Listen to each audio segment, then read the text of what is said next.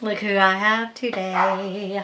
Hello. Because we've got our Universal Yums box. I don't know who it's from. It doesn't tell us. It used to tell us like 2 boxes before it told us, but Yeah. Ooh. Grease. Grease is the word that you heard. Oh, wrong Grease. Wrong Grease. Now I want to watch Grease. Yeah. I wanted to watch Hercules yesterday. Hercules. If Okay. he can do it, great. All right. So, what's that? You don't speak Greek? Surprise! If you can read the sentence, you actually do. Say what now? Mm-hmm. Many words in the English language, example, democracy, grammar, dynasty, can be traced back to the languages of the ancient Greece. Demos, grammar. I bet that's where we get grammar from. Diamus. Yeah, Diamus. Same We're with atoms. That comes from atomos. not saying you could hold your own in a conversation with Aristotle, but there's plenty of influence that ancient Greece has had on our world today. And as we're about to show you, it's not just limited to language. Mm-hmm. We can thank ancient Greece for theater, which originated from ancient festivals meant to honor the Greek god of winemaking, Dionysus. We can thank them for sport. Ever heard of the Greek goddess of victory, Nike? Mm-hmm. Or what about the Olympics? Oh my gosh, we can thank them for the alarm clocks that wake us up. Yay, thank you. Yay, thanks. They also did cranes and water mills. But most of all, we should be thankful for the food they gave us. Alright, so many of the ancient Greek food are still eaten today. Mm-hmm. So, if you're still wondering, the words at the top say welcome to Greece, and here it is up there. Mm-hmm. That's welcome to Greece. Alright, so let us We begin. also ate Greek food, like dinner food, when we went down to Savannah. Oh, Very good. It was really oh good. my gosh, that was very good. She got flounder, wasn't it? I think so, yes. And we thought it was just like Like what you one would get. fillet, like if you get it at like Red Lobster or something, you just get one fillet one side of it. No, there's even more on the other side. So we had to chip in and all eat it. Yes, because it was the whole fish. It was the whole fish. I didn't let any part of it go to waste. No, it was so good. It was so good. Okay, so our very first thing we're going to try is bread chips. Oh, it's like pita bread. Yeah, it looks like pita bread to me. We have a vision in our heads of the Greeks sitting down for dinner with a basket filled with pita. But that vision isn't reality. Typically, it's not pita bread, but more traditional crusty bread that accompanies Greek dinner plates. This isn't a recent ritual adopted from the Italians or French, but one that has been part of the Greece since 400 BC. Wow. The ancient Greeks originally made bread with barley, then began importing wheat, and eventually developed over 72 different bread recipes. Today, the crustier bread, the better, and this snack has that preference for crunch perfected. A thin, crunchy bread, traditionally called paxamadia, is made at home. It's typically baked when the oven is turned off after cooking dinner. At that point, the bread goes in and bakes overnight. Oh. While the oven cools down, this process extracts all the moisture from the bread without burning it. If these oniony bread chips remind you of croutons, that's by design, as many Greeks top their salad with dried bread. But our favorite way to eat these, whenever we can. So they're an onion flavor. And this is what they look like. They kind of look like little Bagels. baguettes. Well, I was thinking baguettes. Oh, yeah, that's true.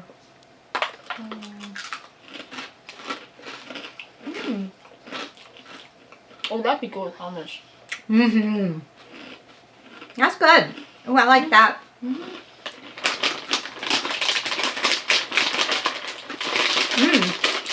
But it's a familiar of something.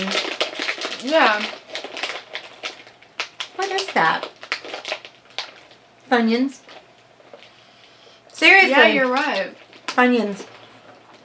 It So if tastes you like Funyuns. So if you like Funyuns, but you don't like how unhealthy it is, this might be a healthy alternative. I don't know. I mean, that's good. I'm not the manufacturer. I like that. I like that. Excuse me while I pop open a Diet Pepsi. Just to cleanse my palate. My drink's watered down. Oh. Alright, now we're going to try these. No. Well, I guess we can. Okay, here, you hold the package. This is called Serenita Dark Chocolate Wafer. In 1861, dark chocolate was brought to Athens by a true entrepreneur named Spiridon Pavlidis. He owned a local printing shop and decided to make a go of selling chocolate next door.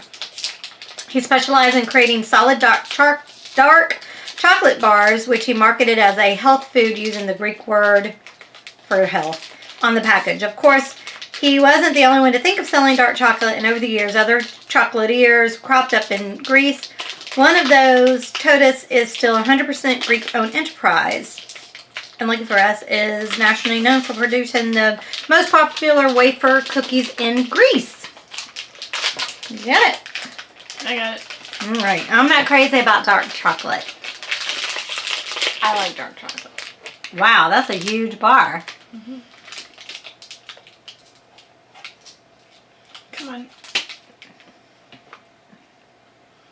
It's like a Kit Kat, but it's not as, you're not able to break it as well as a Kit Kat. It's kind of like just a wafer cookie with chocolate over it. Mm-hmm.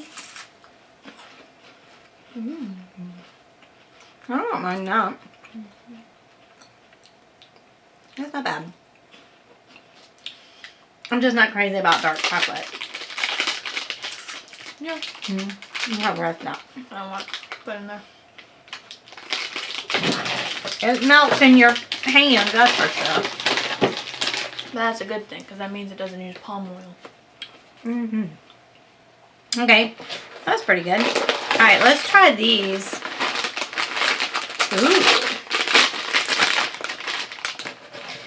These are Totus oregano chips. In 1829, the Prime Minister of independent Greece had a lot of ideas about the newly formed country. He wanted Greece to become a democracy, but thought that was too drastic a step to take right away. Instead, he developed an autocracy and focused on building schools, founding the first university, and promoting the cultivation of potatoes. All right. That's right. They didn't see the appeal. The farmers didn't see the appeal for the potatoes, even though he tried to give them away for free. Frustrated, he came up with a new plan for his potatoes: hire armed guards to protect a shipment of them. Crowds gathered to see guards protecting the ship at the port, and people began stealing the potatoes, thinking they were valuable. What a smart man! Smart. And so it made him think they were more valuable. I mean, they're valuable because they're food, but yeah. They didn't think it was valuable. From there, the potato crop spread, and the ingenious plan worked. In fact, that's just how the Greeks have always been when it comes to potatoes. Ingenious. Who would have ever thought to combine potato chips with oregano? It smells good too. You might want to take your cue from 1829 and card these too. They smell really good.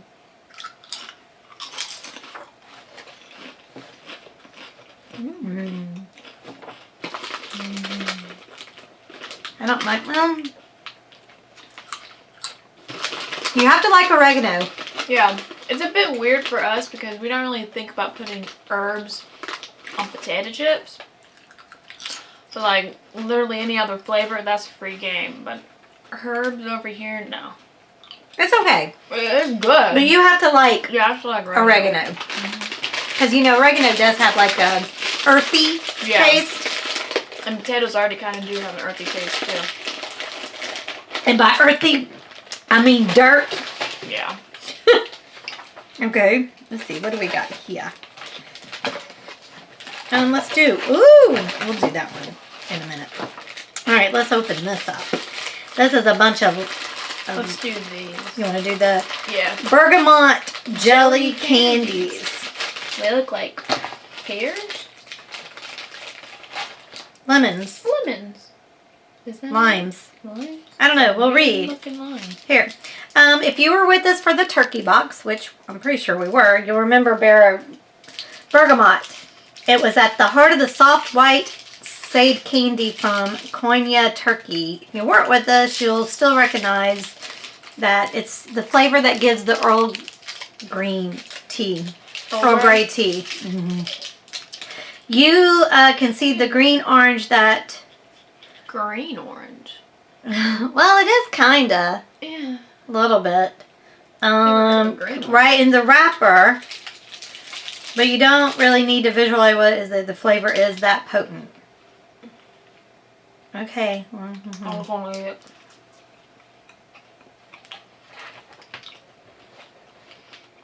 I put the whole thing in my mouth and I regret it.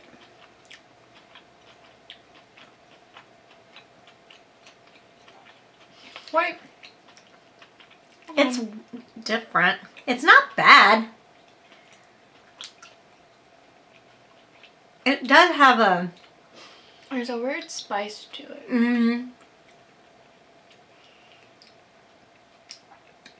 Kind of like soap. It's not bad It though. tastes more like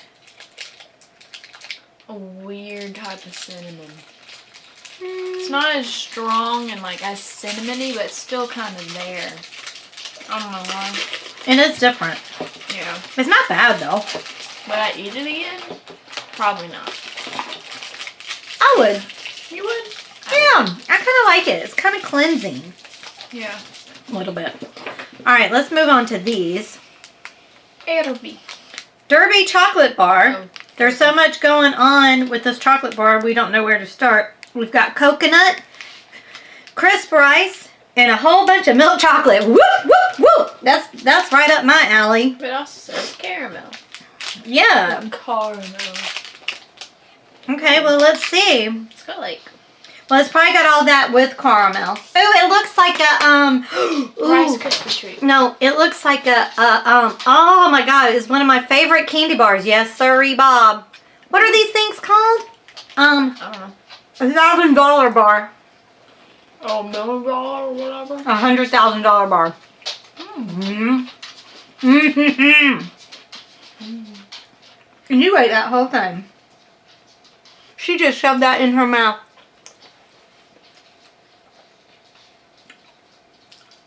What? Y'all see that? I wanted to eat it, so I ate it. Yeah, we could have shared the other part.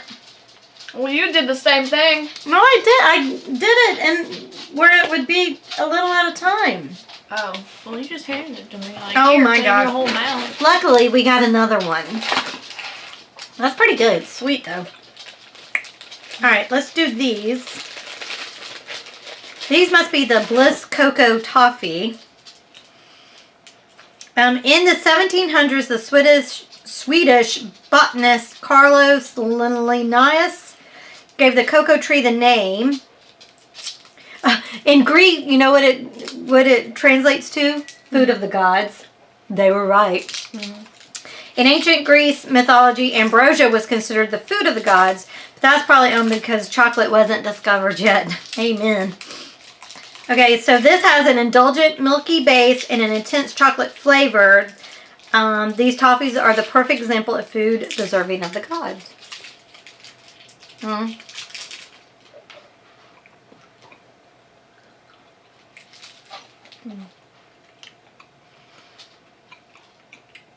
After eating that other one, Yeah, which is very tame. I was about to say, I guess the gods like eating bland, chalky Not stuff. bland.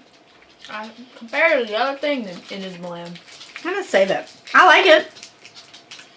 I'm gonna save it. It's pretty good. All right, you want to try these next? Mm-hmm. Olives in a pack. I don't think we have to explain that. Oh, it's got fennel and coriander in it. Ooh. Love them or hate them, we can't visit Greece without them. Olives go right to the pit. No. Of ancient Greece mythology. According to the legend, Zeus offered a city in Greece to either Poseidon or Athena, depending on who gave the most useful gift to the city's citizens. Poseidon struck the earth with his trident and a saltwater spring appeared. Athena struck the ground with her spear and an olive tree bloomed. The people chose Athena's gift and named the city after her, which is Athens. From that moment forward, the decision had been made. Olives would rule Greek life. They used the olive oil to clean their hair and their bodies, to anoint kings and queens, and to serve as fuel, both for lamp and for eating. The famous Greek physician Hippocrates even used it to treat patients. Olives are still an essential part of Greek cuisine. Aren't they though? And this mix with flecks of fennel and coriander proves they're the gift from Athena that keeps on giving. You can have this one because it has all the stuff on it. I mean, they all have it on it, but... Okay. Would you like this one instead? Yeah, let's switch. Because... You know me.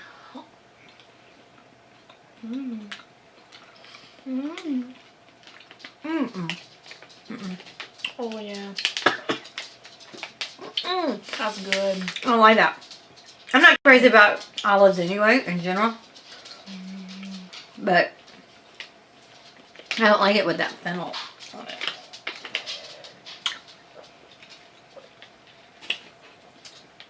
That fennel makes it sweet tasting a little bit. Ugh. No. Okay, our very last thing, which I'm going to love because I love sesame, is the sesame pastilli with almonds. With this yum, you're eating something that will transport you back in time, way back in time. This snack called pastilli was also eaten in ancient Greece. Oh, cool. The linear B tablets, which date back to 1450 BC, have the words of sesame seed and honey on them. So this was also mentioned in desserts, and honey was done in teachings. That's your cat. That's my cat. Mystery. So they have sesame and honey in them. And over time, chefs started adding additions to the recipe. And these people have been, the brothers' company has been making it since 1949. So this is the traditional thing. Okay, I'm sorry. I hate to say it. It looks like a granola bar. It looks like a birdseed bar. That you're putting your birdseed feeder for them to peck on. Oh, yeah. Yes. But it does look like a granola bar. When I also unpackaged it, a piece of it flew and hit my eyeball. So Here. it's also a weapon. All right, let's taste it. Cheers. Ding. Oh god. It tastes like a granola bar. It kind of tastes like a Cracker Jack. Oh, the peanuts in a Cracker Jack. Yeah, it does. A little bit.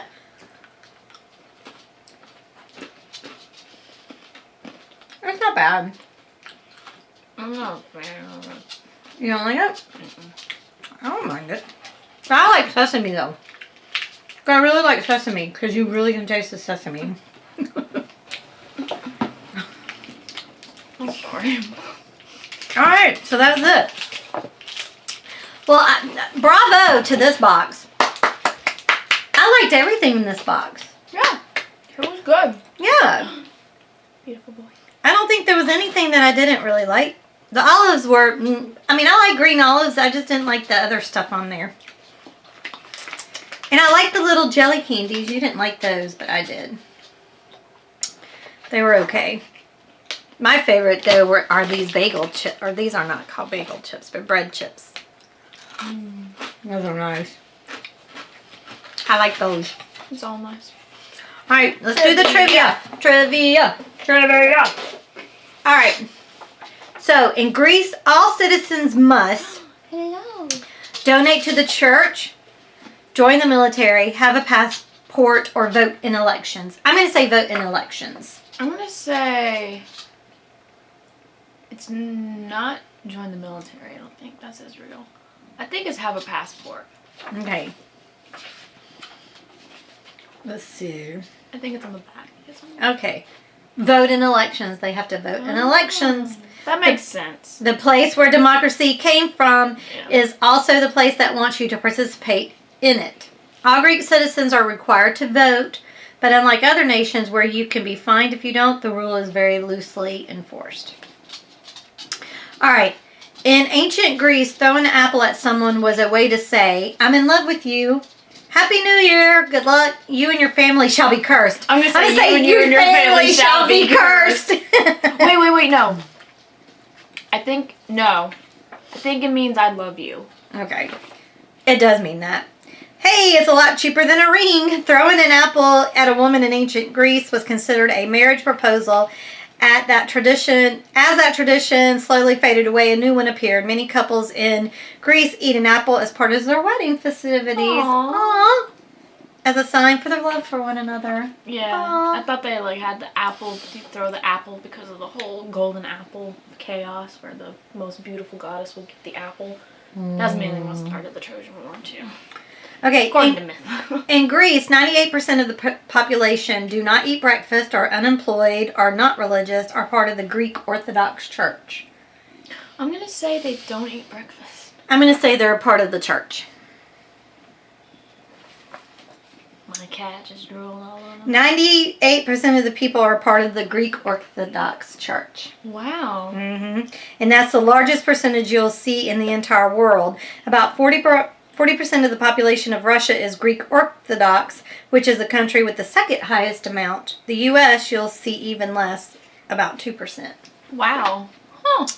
All right. Contrary to popular belief, which of the following typically isn't eaten in Greece? Hummus, Greek yogurt, feta cheese, or pita? I'm going to say pita because they went over it with the bread thing. I'm going to say pita. I'm going to say Greek yogurt. I'm going to say pita because I think pita is an Indian bread. I think Or a Middle Eastern bread. I think it is, and I'm also going to say Greek yogurt though. Hummus? What? Maybe that's an Indian food. Or Middle Eastern. Oh. The hummus companies have us fooled. Hummus originally came from the Middle East and isn't often eaten in Greece. They prefer a bean dip called fava beans, which is often served with onions, olive oil, and a spritz of lemon. Okay. All right, last question. The Olympic Games started in Greece over 2,700 years ago. Today, what traditions in the Olympics honors Greece's role in the origins of the Games? They march in first for the opening ceremony. They march last in the open ceremony. They light the flame for the Olympic. They light the flame for the Olympic torch in Athens. They place a crown of olive leaves imported from Greece on gold medalists. I'm going to say it's either C. Either they take the flame or they're first in line. I think it's the flame. I'm going to go with C. I think they light the flame of the torch and then they run the torch all over wherever it's going to go. Because I've never seen them place crown of olive leaves on gold medals. That's not it. That's definitely not it. Yeah. So it's either they march first or they light the torch. And I'm pretty sure it's the torch because that torch is always lit from the Olympic. Yeah. Or watch it be that they marched last because they were the first people to do it. No, they would go first, I would think. Well, here we go. A, they march in first. Okay. So we were halfway. That was a tricky one. Greece always marches in first to honor the country's status as the birthplace of the Olympic Games, except in 2004 when they entered last since they were the host country.